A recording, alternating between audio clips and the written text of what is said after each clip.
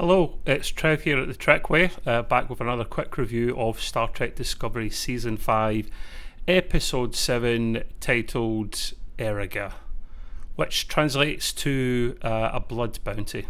I really enjoyed this episode, not going to lie guys, this was juicy. All it was missing was a bit of pew pew at the end, starship wise, but really good episode, my favourite episode of the season so far. So at the start of the episode, Maul and Lack have been found in a shuttle pod, escape shuttle pod by the USS Lockerer, and I have to say that ship looks cool. We've seen it before. I think it was Rayner's old ship that he was in command of. I love the four separate nacelles separated from the hull, pretty cool. And the Lockerer has got a tractor beam on the escape, the shuttle pod. It's sending out an SOS to couriers that are out there, but the Lockerer gets there first. Lack has been badly injured from the last episode, if you recall, and he needs urgent medical help. So they are beamed to Discovery. And then we see Commander Nan again, remember her? But she doesn't have the breather apparatus on. 32nd century technology must be doing the job. And then we see one of our favourite characters, or at least Grena's favourite character, Admiral Vance. We like to call him Dadmiral. Admiral Vance is back again, the coolest admiral in Starfleet, I think. He asks the Discovery to actually keep the prisoners because Discovery is going to send them over to Starfleet HQ, but he says no, keep them because, and he wants the Discovery to jump away immediately because the Breen are en route to Starfleet. They pick up a Breen dreadnought, the heaviest armed ship they have in their whole fleet. It's en route at maximum warp, so they want the prisoner taken away because, as we know, the Breen are after Lack and Maul for that matter.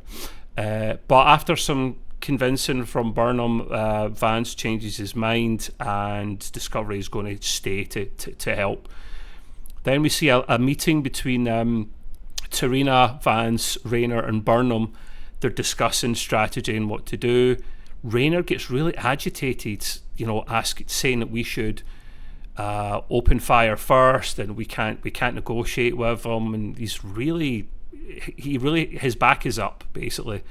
Burnham asks him to wait outside because he's not being constructive at all to what's going on.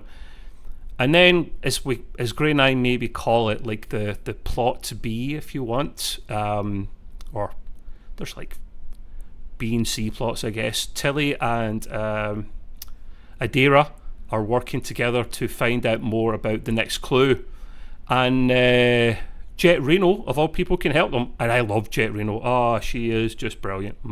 She has my sense of humour down to a T. She used to be a smuggler amongst other random jobs, and they think they might be able to help her find more clues regarding the little it's like a library card thing that they find at one point. But too late, the Breen turn up, and this is really cool, this bit. The dreadnought just appears right outside Starfleet HQ. The size of this ship, wow, it is bloody huge. So big that you see Adira, Tilly and Reno look up, it casts a shadow over Discovery. It's that bloody big. Starfleet HQ try to scan their ship, unable to do so. They know very little about the Breen. I'm really surprised, since the days of the Dominion War, they know so very little still. So the Breen make demands. The Primarch guy, the head honcho, if you like, he's making demands, hand the prisoner over. To be fair, Tarina is saying, listen, Lack is injured, we need some time to send him over. We can't just send him over like that. We need 4 hours, playing for time, obviously. The Breen Primarch basically says, no, you have 1 hour. And then basically we will open fire on you.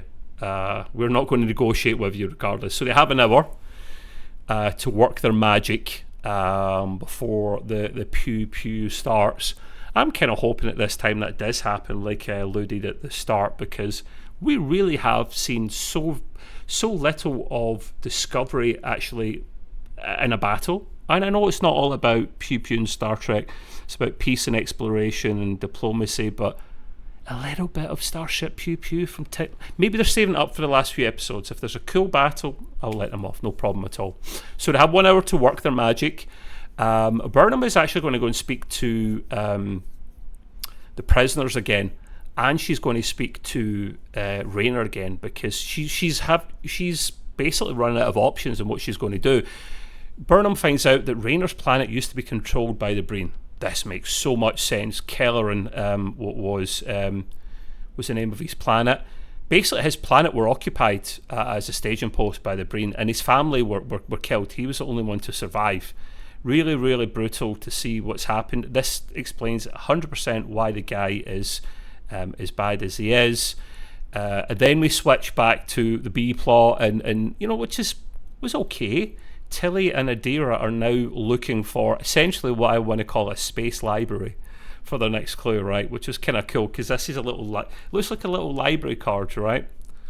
Now, something to mention, I noted down that the guys that were guarding Maul and Lack were wearing black jackets, like really cool leather black jackets. And I thought, are they Section 31? Maybe they're just security, but I mean, they look like Section 31. I want one of those jackets. They are pretty cool. So there is a little bit of time left in negotiations when the Breen beam over. Tarina and her associates ask them to beam over. There's still a little bit of time. The Breen are demanding where is Lack, and she says, well, the time we've got left, I would really like to negotiate a little bit more. And that's her job, I get it. The Breen Primarch, he's like he doesn't really take shit off of anyone, and he's speaking in his own tongue, and it's been translated, and his aide beside him is doing the translation. But then at the end of it, Tarina recites some of it back, and it's a bit rude, and the Breen leader, he seems a bit surprised. She basically knows some of the tongue, which is really, really cool, and that gets his attention, so he switches to English, so there is no confusion at all. Basically, Starfleet are bluffing that a rival Primarch that occupied Kelleran has offered them a deal for Lack as well. But the Breen leader, he doesn't seem to be buying it until Rayner steps in to describe what this Primarch was like, and I think that gets his attention. He's basically at this stage willing to negotiate, kinda. But then back in Discovery sickbay, where Lack's getting attention, he creates a distraction so Maul can actually escape by taking the whole dose of the medicine that he's been getting in one go.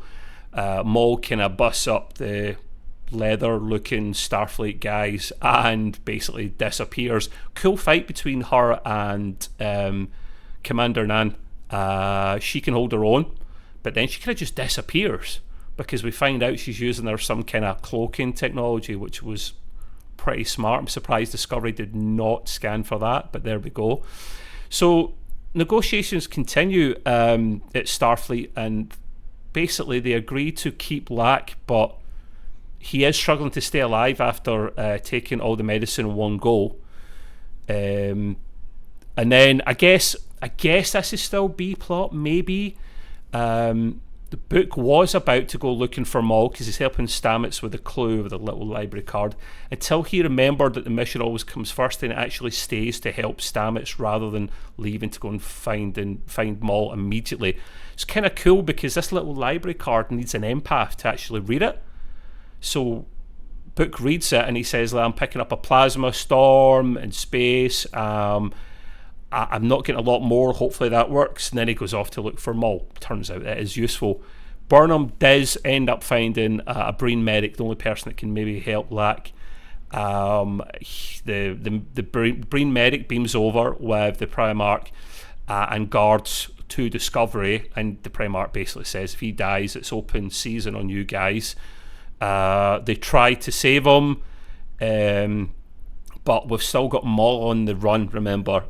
Book actually manages to talk her down. She's pretty irate, of course.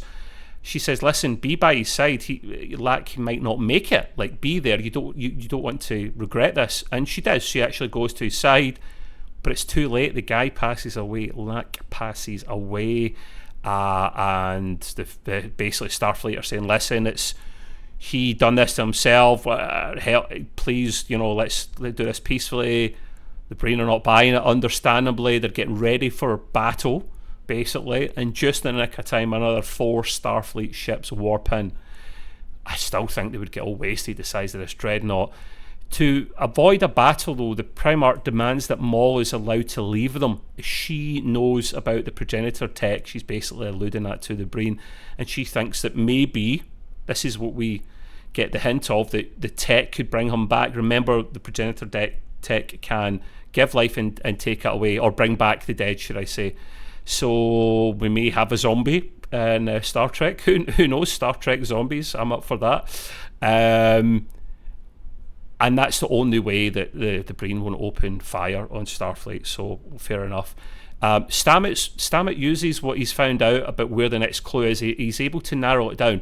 It's called the Eternal Gallery and Archive, and it basically changes its location, every 50 years or so. It's basically a mobile library. We get that a lot where I come from, especially up north in the little islands and stuff. You can't get to the library will come to you, and it changes location, so they need to go with their library card to a space library. That's kind of cool. Its location at the moment, with the help of Zora, is in the Badlands. Cool. Badlands is what kicked off Voyager. No hint of Voyager music this time. So I really enjoyed this episode. Give it an 8.5 out of 10. But please join Gray and I on Sunday. It won't be live this week. Apologies. We'll do a long discussion on this one. Break it all down. If you can join us, that would be great. All the best.